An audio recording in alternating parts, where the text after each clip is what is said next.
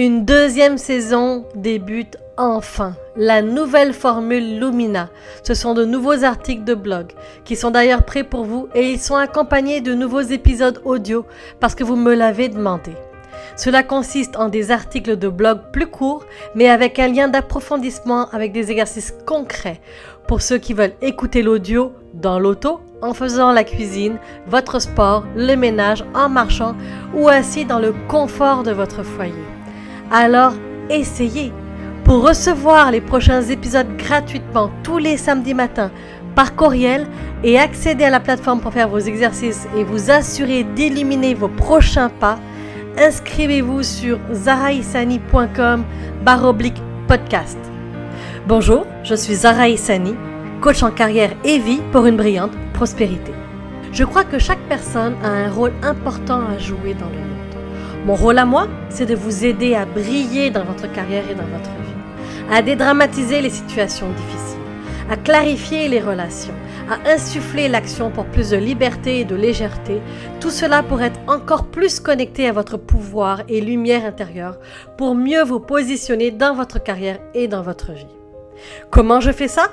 Par le podcast, les programmes, le membership ou le coaching pour plus de clarté et d'alignement dans vos actions, pour que vous puissiez briller et faire briller à votre tour vos partenaires de travail, vos partenaires d'affaires, votre entourage et votre famille. Vous l'aurez peut-être déjà compris, le plus important pour moi, c'est le nous, la communauté.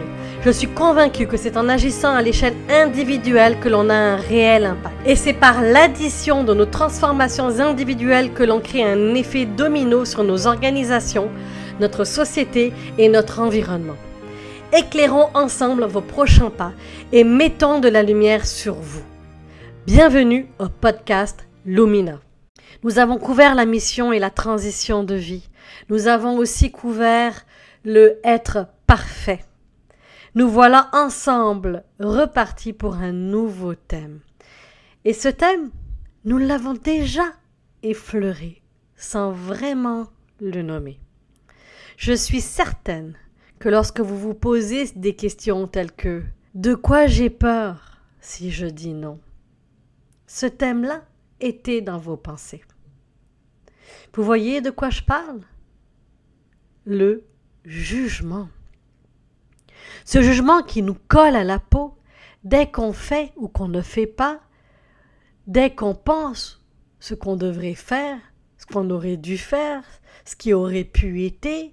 En fait, c'est aussitôt que l'on vit dans le passé ou dans le futur. Le jugement est toujours là. Aussitôt que l'on veut agir, il y a toujours une petite voix dans la tête. Et pour ceux qui se demandent de quelle voix je parle justement de cette petite voix-là, qui se pose la question, est-ce que j'ai fait la bonne chose? Est-ce que j'ai dit la bonne chose? Est-ce que j'ai bien vérifié sur ce dossier-là ou ce projet-là au travail que j'avais assez de budget? Qu'est-ce que les gens vont penser si je me plante? Et si jamais j'arrive pas à positionner mon projet? Et si jamais j'arrive pas à démarcher de nouveaux clients? Et si je n'arrive pas à communiquer mieux avec mon collègue de travail? Comment ça va se passer? Qu'est-ce qu'il doit penser de moi quand j'ai été dans mes émotions hier? Avec le jugement, il y en a pour tous les goûts. Se juger de mal faire, de ne rien dire, de trop en faire, d'être contrôlant, de ne pas prendre position, d'être un mauvais leader, une mauvaise patronne, une mauvaise mère, de mal s'habiller, de ne pas être assez proactif, d'être trop proactif, d'essayer de trop vouloir, d'être paresseux, d'être un mauvais partenaire. Et j'en passe. Ce discours-là, vous l'avez déjà entendu. Cette petite voix-là qui vous dit « Finalement, je sais rien faire ». Un jugement incessant qui n'arrête pas. Il pointe le bout de son nez dès que notre attention est portée sur l'extérieur. Que va penser ma patronne si je lui demande 2 jours de vacances alors que j'étais en congé maladie il n'y a pas longtemps? Mes collègues vont sûrement penser que j'abuse, mais si je ne dis rien, ma femme va encore me dire que je ne me suis pas assez imposée et que je travaille trop. Et puis si j'accepte de travailler, je ne pourrai pas voir mes parents qui viennent exprès pour me voir. Que vont-ils penser de mon absence? Encore une fois, un discours interne qui se fait et devinez ce qui se passe à l'intérieur de vous. C'est comme plusieurs comités qui se répondent entre eux. Hein, j'aimerais ça être à votre place et voir votre visage, mais imaginez là, regardez-vous, observez-vous s'il vous plaît. Pour le nombre de fois qu'il y a une question qui pop-up dans votre tête, et là il y a l'autre qui prend qui prend le lead et puis qui commence à y répondre. Et puis une fois que vous y avez répondu, il y a autre chose qui monte, et puis là vous répondez à la personne qui a répondu. Tout se passe à l'intérieur de vous. Tout se fait à l'intérieur de vous en l'espace de quelques secondes. Imaginez au bout de 5 minutes, si vous deviez observer le nombre de pensées. Faites l'exercice 1 minute à écrire tout ce que vous pensez. Regardez le nombre de pensées qu'il y a.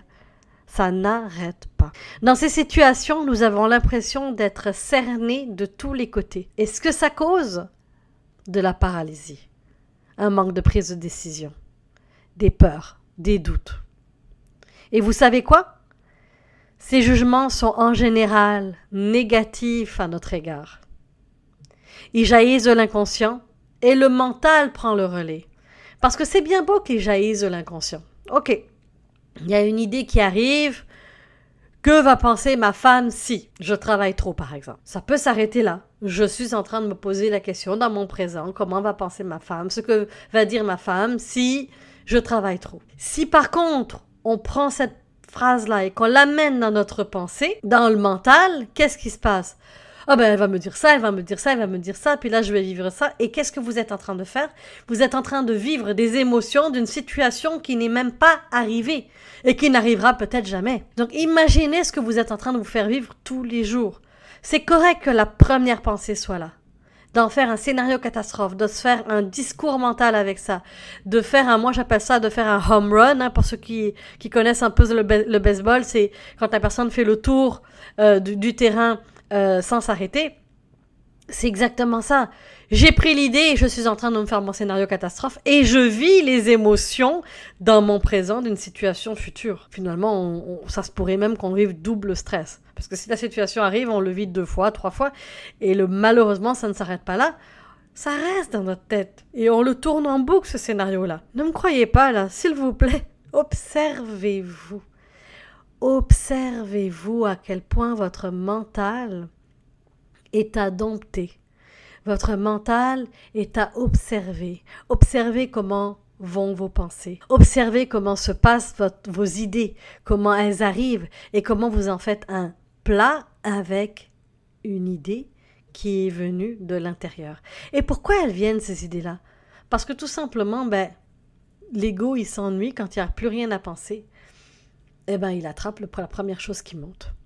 Avez-vous déjà remarqué que vous vous réveillez le matin parfois et puis vous êtes super en forme, tout se passe bien, vous êtes en train de vous dire que vous avez bien dormi et dans la minute d'après, il y a votre mental qui se réveille et qui dit « Ok, c'était quoi les problèmes de la journée d'hier ?» Ça ne va pas les régler ces problèmes-là. Pourquoi y penser tout de suite? C'est comme si qu'il fallait que le mental s'occupe. Mais occupez-le dans votre présent, ramenez-le dans votre présent. Parfois, vous vous sentez même tellement pris au piège que vous en voulez à la terre entière. Quand on se fait nos scénarios catastrophes, on est vraiment parfois prisonnier. Mais c'est la faute de ma patronne aussi. Si elle n'était pas aussi tranchante et exigeante, je n'aurais pas peur de lui demander 2 jours de congé. Au pire, elle dira non, mais au moins j'oserais demander. Pourquoi autant de jugement? Pourquoi se mettre soi-même des bâtons dans les roues?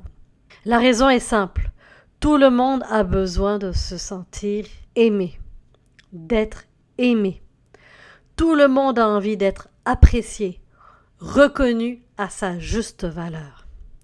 Tout le monde a envie de paraître le ou la meilleure aux yeux de ceux qu'il aime. Pour arriver à cela, nous nous plions finalement aux exigences des autres, aux envies des autres, à ce que les autres s'attendent de nous, à ce que les autres veulent que l'on fasse pour eux. Parfois, d'ailleurs, ils ne nous ont même pas communiqué leurs attentes. Mais nous pensons le savoir. Nous le ressentons d'une certaine manière. Nous pensons qu'on le sait. On pense qu'on le sait. On pense qu'il va dire ceci. Mais en fait, on n'en a aucune idée. Les personnes changent. Et souvent, on se force à répondre aux autres, quitte à y laisser des plumes, à y laisser de l'énergie, à y laisser notre santé, à y laisser notre bonheur, à y laisser notre plaisir. On finit par perdre notre vraie nature pour appartenir à d'autres à qui on a donné tout simplement la télécommande de notre vie. Ça fait écho pour ceux qui ont écouté l'épisode 8 où on parlait d'oser dire non. Pour ceux qui ne l'ont pas écouté, je vous demande d'écouter cette série-là, d'être parfait et puis tant qu'à y être, écoutez depuis le début parce que c'est vraiment un cheminement dans lequel je vous amène avec des exercices concrets. Et c'est incroyable. Imaginez que vous êtes en train de donner la télécommande à d'autres. Et le plus dur, c'est de réaliser à quel point le jugement en nous est fort, à quel point il prend beaucoup de place dans le mental. Et si vous ne le réalisez pas, vous vous sentirez épuisé, drainé, fatigué. Et c'est normal car vous avez dépensé tellement d'énergie pour éviter de faire des comportements qui vous amèneraient à un jugement possible. Je dis possible parce que c'est ce que votre ego vous amène et vous sert dans votre assiette. Cela ne veut pas dire que vous allez l'attirer réellement, mais c'est un jugement qui serait possible. Et par peur d'avoir ce jugement possible, les personnes ne prennent pas de décision. Je parlais à une personne extraordinaire, très connue au Québec cette semaine, et qui me disait « Chaque pas que je fais, et elle a vraiment atteint un haut poste au Québec. Mon mari est derrière moi et il m'accompagne là-dedans. C'est mon meilleur fan. Et j'entendais de l'autre côté toutes les personnes qui s'empêchent, toutes les femmes qui s'empêchent de prendre des postes de direction par peur de dépasser leur conjoint, par peur de les blesser, par peur de ramener trop d'argent par rapport à eux, par peur qu'ils se sentent amoindris, diminués, qu'ils se sentent dénigrés parce que le poste est plus élevé. Je vous donne juste des exemples, je ne dis pas que c'est vous, à vous de voir, mais juste observez à quel point une personne peut refuser des promotions, peut éviter de demander des augmentations de salaire, parce qu'elle a peur des autres, parce qu'elle a peur de blesser l'autre, elle a peur de... Mais tout est à l'intérieur de nous. Tout se fait à l'intérieur de nous. Tout est en train de se positionner, mais à l'intérieur de nous. Ce n'est pas la réalité. C'est à un moment présent, on pense que c'est ça qui va se passer. Ce n'est pas ça qui va se passer forcément. Alors, si vous vous reconnaissez dans ce comportement, ne vous inquiétez pas. C'est sûr qu'il y a des solutions pour en sortir. Je ne serais pas en train de vous en parler s'il n'y avait pas de solution. Je suis passée par là. J'ai eu ce discours incessant de jugement. Et pour être honnête, je l'ai encore parfois. Et je sais à quel point c'est drainant. Alors, la première chose que vous allez faire, prenez une feuille et faites la liste des domaines où vous vous jugez le plus. Est-ce que c'est le domaine du travail? Est-ce que c'est le domaine des relations? Est-ce que c'est le domaine de l'argent? Est-ce que c'est la santé? Est-ce que c'est la famille? Est-ce que c'est les voyages? Est-ce que c'est l'alimentation? Est-ce que c'est au niveau du couple? Ou tout simplement un autre domaine? Cela déjà va vous permettre de prendre conscience de l'emprise du jugement sur vous. Ensuite, si c'est possible et que vous arrivez à en prendre conscience, notez certains jugements et regardez si ce sont des jugements de vous par rapport à vous-même ou par rapport à une autre personne. Alors ça, c'est votre premier exercice.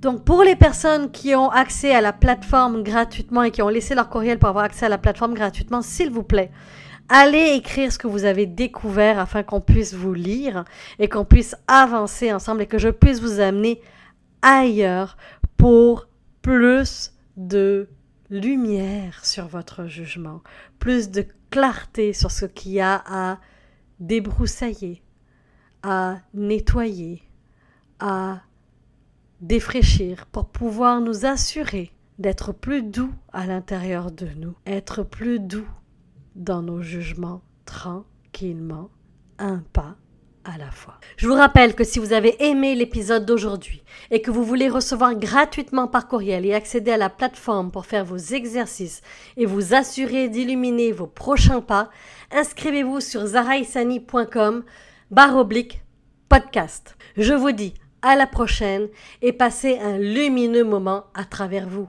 De cœur à cœur, à bientôt.